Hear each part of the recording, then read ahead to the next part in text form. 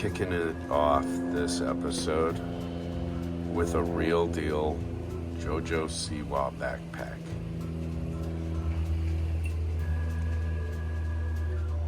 Could be yours.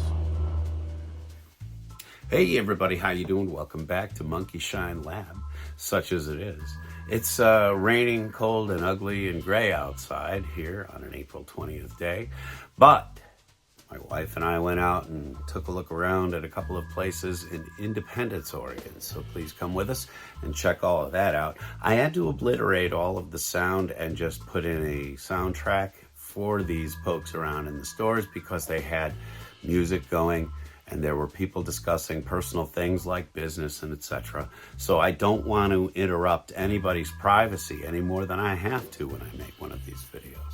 So what you're going to see here now are our friends over at Rockin Relics in Independence, Oregon. And then we stopped at a little place we've never really seen before called OMG, or Old Man George, I believe. Anyway, there's some really interesting stuff there too as well. Please stick around because I've got a couple of things to talk about afterward and some things to show you that we spent our money on. There's always so many good things when we go over to this place. You'll see. Anyway, take a look at the video and I will see you after. All right? Cool.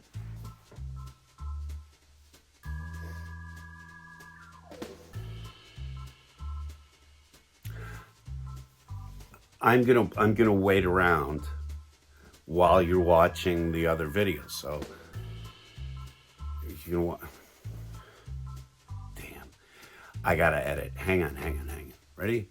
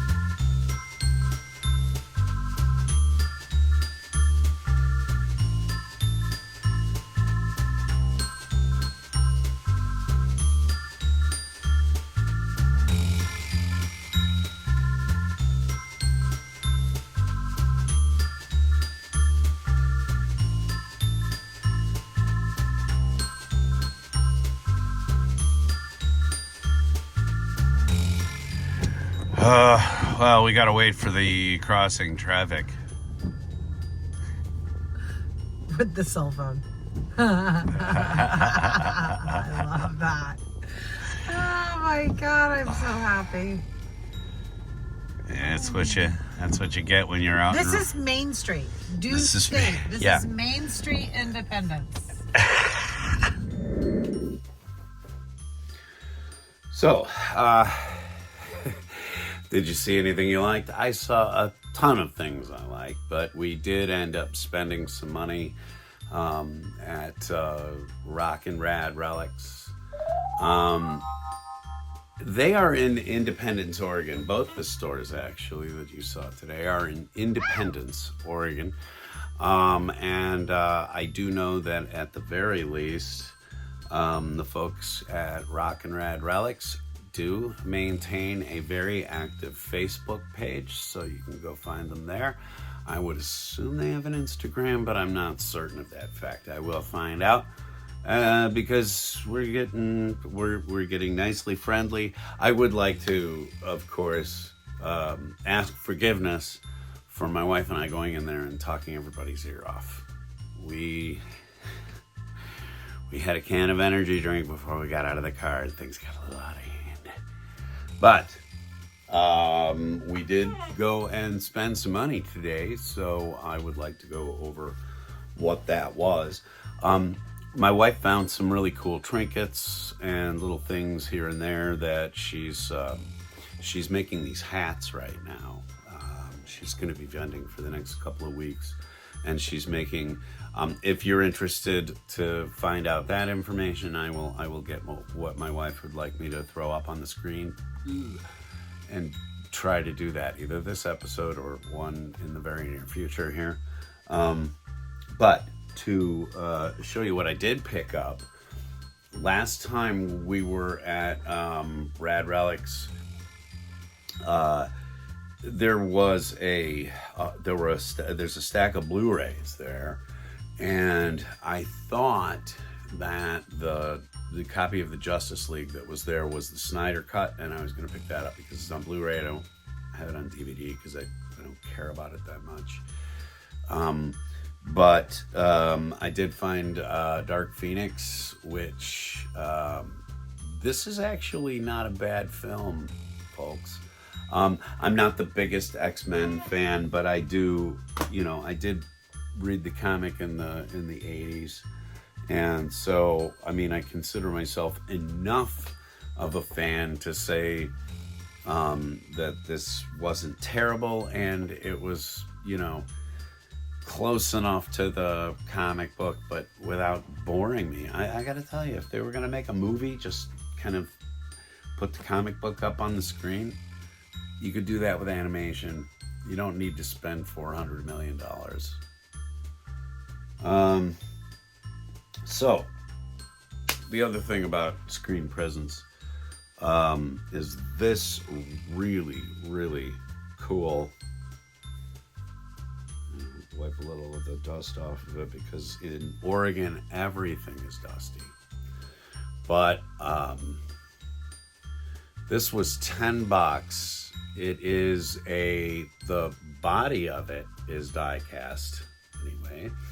I am not sure of its provenance, but it is the first Enterprise, and that is the design that I love the best. And I have a couple of representations of this, a couple of models I've built, but this was absolutely, could not walk away from it, cool. And so I picked that up for $10. Absolutely worth it. There were several Star Trek and Star Wars die cast and fan pieces there. And they're just wonderful folk to go in there and deal with. So please get a hold of them on Facebook, get a hold of them on Instagram, and of course you'll see regular visits out of us here from the channel because they're fairly close to home, and always got something out of the ordinary to see. And that's really where we would like to try to push most of our content, because, you know, everybody's seen Walmart, man. Everybody's seen Walmart. But I was kind of talking about to someone online the other day about the fact that if you're going to go to one of these antique malls, you can oftentimes pick up a car for anywhere from $1 up to $3 and more.